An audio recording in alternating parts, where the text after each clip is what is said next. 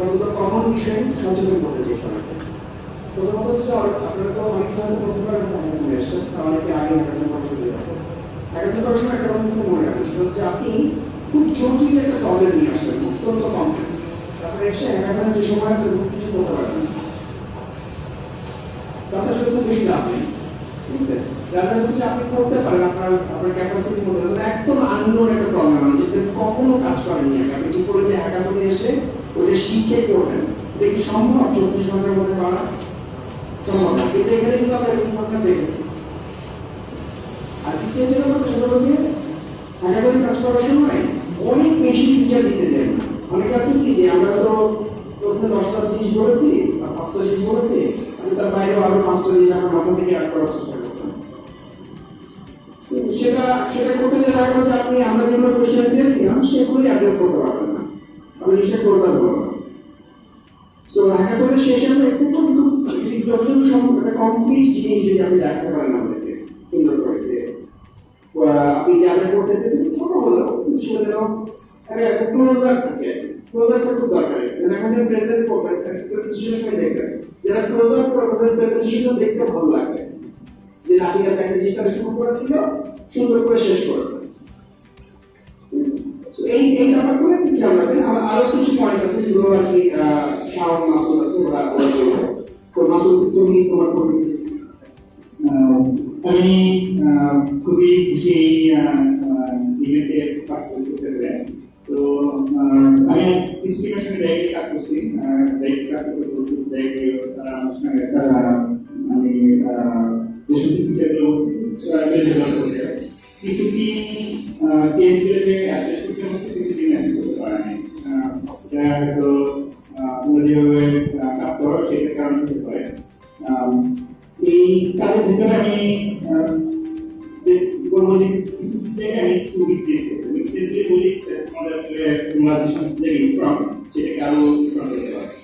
তো এখানে সবাই মোটামুটি মোবাইল অ্যাপ্লিকেশন ডেভেলপ করছে, সবাই মোটামুটি ফায়ারবেস ইনস্টল করছে, কেউ কেউ পাইথন ইউজ করছে, কেউ কেউ নোড.js ইউজ করছে। তো বেশিরভাগ দেখা গেছে যে মোবাইল টেক্সট ভয়েস এই ফিচারগুলোর উপরে বেশি প্রায়োরিটি। আমার কাছে জিনিসগুলো খুব বেশি মনে হয়। ঠিক আছে, তারপরে তোমরা তোমার যে ডেটা করছো সেটা নর্মালাইজেশন করা নাই।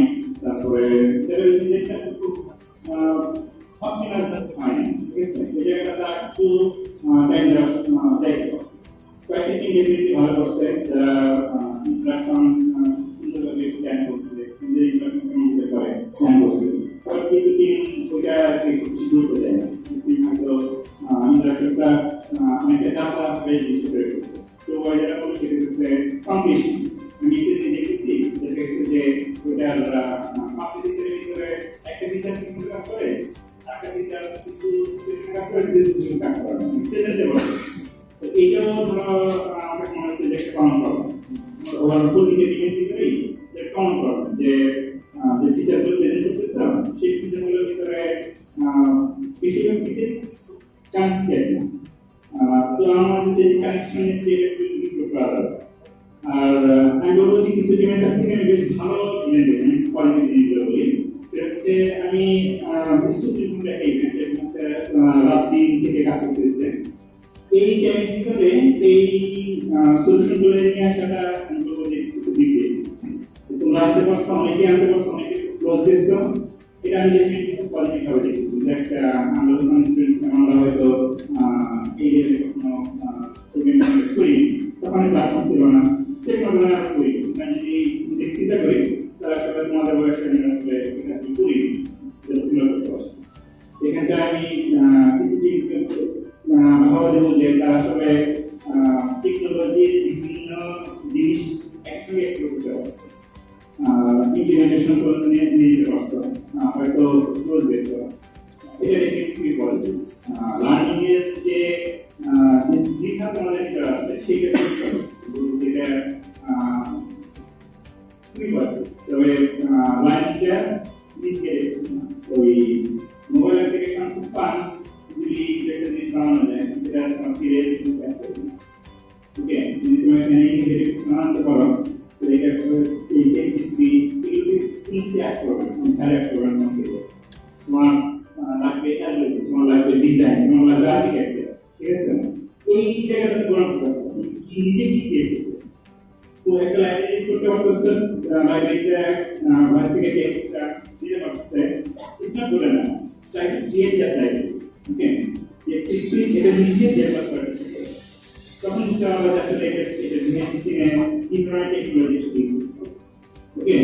I think about the learning phase. Yes, the learning phase doesn't mean that you can learn like this. Typology, we have to do design. Yes, learning phase will be but to learn directly from the world. Yes, I mean, to be happy.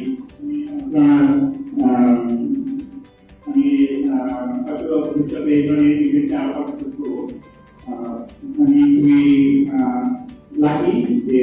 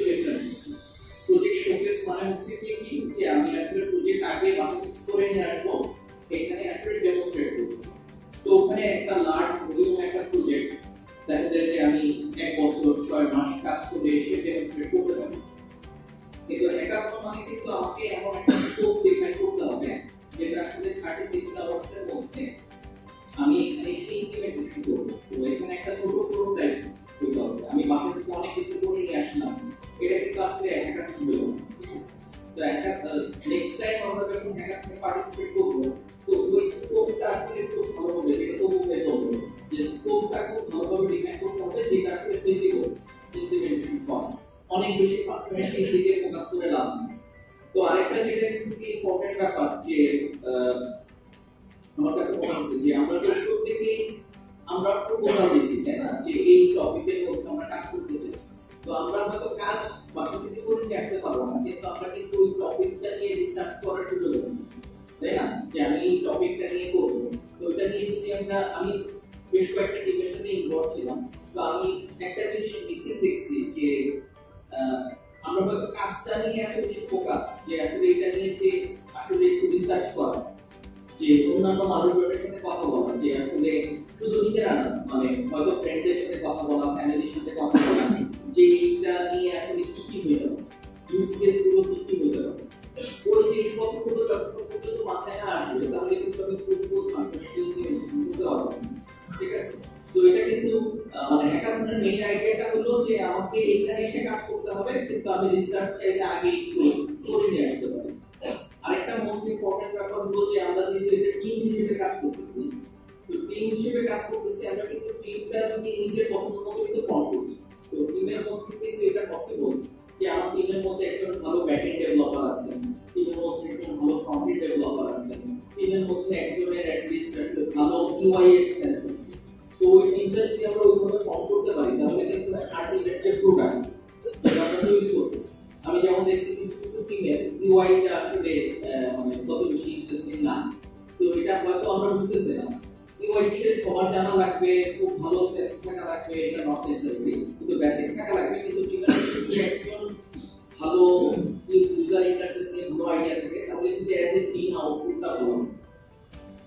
Finally আরেকটা যেটা হচ্ছে version control সিস্টেমের users. আমরা মানে এইবারের হ্যাকাথনে version কন্ট্রোলের ইউজার্সটারে একটু promote করতে চাচ্ছিলাম, তো কিন্তু তারপর কিন্তু স্কিল অনেক ল্যাকিং আছে, যেটা হচ্ছে যে আমরা দেখছি না, মানে দেখলাম যে টিমগুলোকে যে টিম মেম্বাররা আসলে ঠিকভাবে পিরিয়ডিক্যালি যে কমিট দাও, আমি একটা ছোট একটা ফাংশনালিটি করলাম, আমি একটা কমিট দিলাম, তারপর অন্য টিম মেম্বারদের সাথে কাজগুলোকে মার্জ করলাম, এই জিনিসপত্রগুলো কিন্তু একটা মোস্ট অফ দ্য টিমের ক্ষেত্রে মিসিং। তো ফার্স্ট টাইম টাইম এটা হচ্ছে দ্যাট ইজ ওকে, কিন্তু আমরা নেক্সট টাইম যখন কোনো হ্যাকাথন বা এই ধরনের ইভেন্টে পার্টিসিপেট করবো, এটা যাতে করে আসলে এক পার্সোনালি অন্যান্য প্রজেক্টগুলোতে ফিটকে ভালোভাবে ইউজ করা শিখতে হবে, প্র্যাকটিস করতে হবে এবং হ্যাকাথনে এই জিনিসগুলোকে ইমপ্লিমেন্ট করতে হবে। ঠিক আছে, তো ফাইনালি হচ্ছে কি আমরা যা অ্যাচিভ করছি এটাও একটা বিশাল ব্যাপার, কারণ হচ্ছে কি this is the first time we are doing this. So সবাইকে থ্যাংক ইউ যে এটাতে পার্টিসিপেট করার জন্য এবং পার্টিসিপেট করার জন্য। So thanks.